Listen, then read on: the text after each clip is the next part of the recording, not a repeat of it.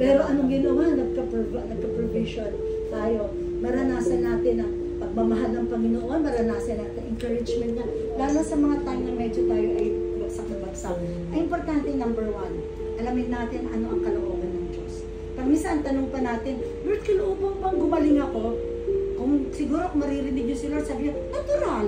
Kaya namatay ako sa krus. Kaya ako nga binigay yung aking buhay para sa kagalingan, para sa kaligtasan, para sa pangangailangan natin. Kaya nga, we don't ask God, Lord, will mo bang mabuhay pa ako? Ang sabihin nyo lang po, yes Lord, gusto ko pang mabuhay. Kasi yan ay iyong kalooban. At hindi lang ako basta mabuhay, gusto kong maglingkod sa iyo. Sir, I want to challenge you when you go back to Dubai, that you find a Christian, Bible-believing, born-again Christian church, serve the Lord there. Worship there. Kasi ito po, binigyan kayo ng pangalawang pagkakataon. And use this life. Amen? Use this life.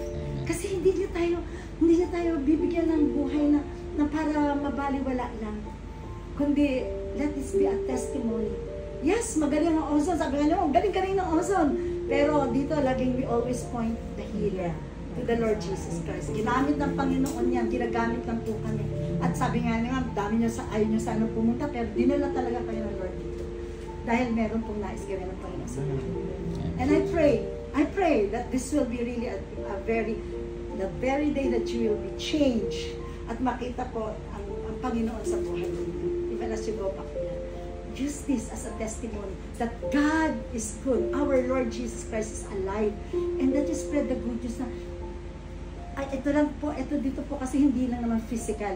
Sabi ko nga, it's our spiritual, it's also healing ng spiritual life natin. And since nahanap po kayo ng seed of the Word of God, importante po that we live this, continue on. Amen po. So, anong kalooban? So, may makakahiling ba tayo kay Lord ng patuloy na kagalingan? Amen. Dahil yan po ay kalooban ng Lord. Marami pa pong kalooban si Lord dito sa Bible na to. But importante po, we move on. Every day, hindi pwedeng wala tayong pagkain spiritual. Kailangan po ang salita ng Diyos. Every day. Dahil kung hindi kumakain, nanghihina, gawin din po ang spiritual life natin. At anong pagkain ng spiritual life natin? Ang salita ng Diyos, ang pakikipag-usap sa Panginoon, our prayer, our worship, go into a Bible-believing church na meron po kayong family na mag-pray lagi po sa atin. Amen? Di ba? Amen, Pastor na? Kasi po, kung hindi po, kailangan po natin ang maalagaan din. Amen po. And so, wala pong question na ngayon. Ibibigay niya, ano man ang hilingin natin, we come boldly to the throne of grace. Kasi nga, ayon to sa kalooban ng Panginoon sa atin. Amen? May purpose. May purpose, sir, ha? Sir Apple. May purpose, Ma'am Sister Luz. Sister Luz, ayun to yung lalong maglilingkod tayo sa Panginoon. May purpose. At sabi nga dito, at dahil alam natin, pakikinggan niya tayo, alam din natin, ibibigay niya ang bawat hilingin natin sa Kanya. Amen?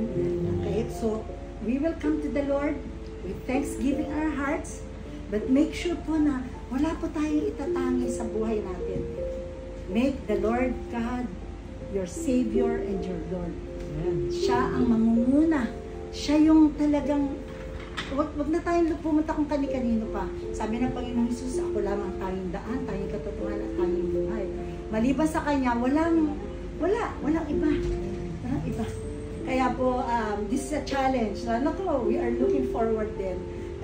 Kay Sister Luz, sa inyo po, Ma'am, Cecil, at saka si Sir Apple. Siyempre, Pastor, babalik din po yan. Nagpapagaling lang yan, papalakas, babalik na po sa sa mga pinapastoran niya sa mundo. And so, now, pag tayo po mananalangin ngayon, do you think meron na kayong confidence na, yes, Lord, sinasagot mo aming panalangin. Amen? Dahil tayo, at sabi nga po dito, yun doon, it is a promise. Lord, ayon sa iyong salita, nais mong kagalingan ko, and I receive the promise. Alam niyo po, ang Panginoon ay, tinatawagan natin siyang covenant-keeping God. Siya ay hindi nagbe-breach of contract. Hindi siya nagbe-breach of contract. Pag sinabi, kontrata tayo, covenant tayo, binigay ko ang buhay ko sa'yo, binigay mo ang buhay mo sa akin, tinanggap mo siya bilang Diyos tagapagligtas, you are considered a child of God, you can receive all the blessings of God. Amen? Amen. So tayo mananalangin po. Ed, alay ko lang po kayo ng oil. Natin oil natin. Sister, sa ito nakalagay natin. Ay, ito. So, sabi po sa James 5:13-16, mag-anoint lang po ako ng oil dito. And yun po yung way, sabi, anoint, call the elders of the church and lay hands on them, James 5:13-16, and pray for them and put oil on their head as part ng ating pagpipray po kayo. And then we will pray a prayer of faith. Sabi gano'n, pananampalataya na, yes Lord, ang salita mo ay totoo. No matter what you feel right now, kahit na nararamdaman masakit, may ganito, may ganyan, we will believe. Kasi ganyan po ang faith. Ang pananampalataya is believing what we do not see. Kasi ang faith, baliwala yan. Kung nakikita mo na mismo. Ngayon, kailangan natin na ang pananampalataya. At ang pananampalataya, hindi lang ang feeling. It is believing in the Word of God. Kaya kung walang Word of God, wala tayo panghawa. Amen po? Amen. Kaya yan po yung habilin ko po sa inyo. So let's pray. Kung kaya nyo po itaas ang kamay nyo, let's come to the Lord. Hallelujah. Thank you, Jesus. Thank you, Lord. Come to you, O God. Ang Diyos na buhay, ang Diyos na nagbigay ng kanyang buhay. Ang Diyos, Panginoon, na kaisa-isang Diyos, natatangi, natapat sa amin. You are loyal to us. You are faithful to us, O God. And sabi nga ng psalmist, I will sing my praises to you, O Lord, because you have been faithful in my life, Lord. Kaya, Panginoon, with our mouth, Lord, itinataas namin ang iyong pangalan. At muli po, itinataas ko ang aking mga kapatid, Panginoon, narito. Lord, you know their conditions, but Lord, we know one thing, that you promise is faithful. Na Panginoon, ang pangako mo, Panginoon, ay siyang kagalingan, na siyang binayaran mo na sa krus ng Calvary, Panginoon. Isaiah 53 verse 5, you took away all our infirmities. And you carried our sorrows, you carried our pains away from us, O God. And by your wounds, we have been healed. Kaya yun, pangahawakan nila, Panginoon.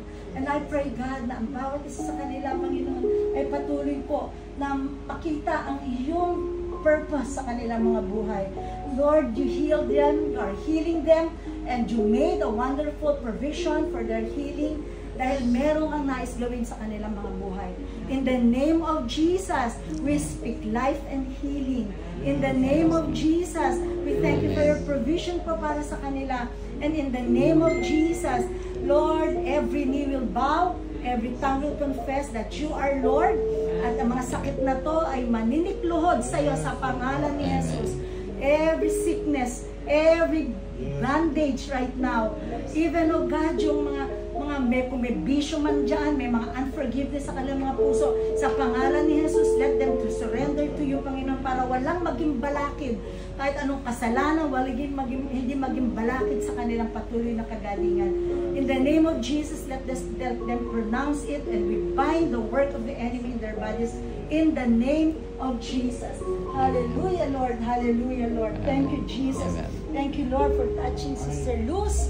In the name of Jesus, everything, every bad cells in this body, we command it to live, be dissolved completely in Jesus' name, and life of Jesus continue to flow, the giver of life, into every part of her body in the name of Jesus. Restore, O God, restore, O God. Restore us, you are the restorer, O Lord.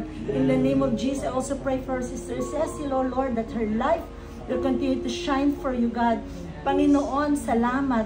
Gagamitin mo siya, Panginoon, sa iyong ubasan, O Lord, that she will testify of your goodness. Ang kanyang pananalita, gamitin mo, Panginoon. Anoint her lips, O Lord, that she will spread also the gospel, the goodness of the Lord Jesus Christ. In Jesus' name. Thank you, Lord God. Father, salamat po sa buhay ni Sir Apple, O Lord, na siyang patuloy mo, Panginoon, na talagang grabe, Panginoon, nakita namin kamay mo sa kanyang buhay. Lord, thank you. You have given him another opportunity to live. And Lord, let him use this life for your greater glory. In Jesus' name. And we speak life into every cell. Ano man ang mga nais tumubo pa dito, pinapalayas namin sa pangalan ni Jesus. At patuloy po namin inaangkin ang buong kagalingan sa pangalan ni Jesus, O Lord. Panginoon, hindi lang tungkol sa ozone, hindi lang tungkol sa physical healing, kundi Panginoon sa spiritual restoration, pagiging panibagong nilalang, Panginoon, na ginawa ng Panginoong Jesus sa pamamagitan ng kanyang dugo sa krus ng Kalbaryo. Let him spread the gospel of the good news of Jesus Christ, the gospel of salvation, O Lord, that you are the God who saves, you are the God who heals, you are the God who provides. In the name of Jesus. And Lord, salamat din kay Pastor Maynard. He will be restored, O God. Restored to the flock that you have entrusted to him. But Lord, paano man Panginoon, yung mga kailangan pang ayusin dito, completely, let the kidneys be restored into its normal condition. You can restore it back, Lord, in Jesus' name. Salamat po na kung ano may nagkukos ng creatinine niya, it will fall down into its normal levels, Lord. Salamat po, Panginoon, for his healthy condition. Salamat, Panginoon, sa iyong provision continuously. Thank you for restoration, for everything, O Lord, in the name of Jesus.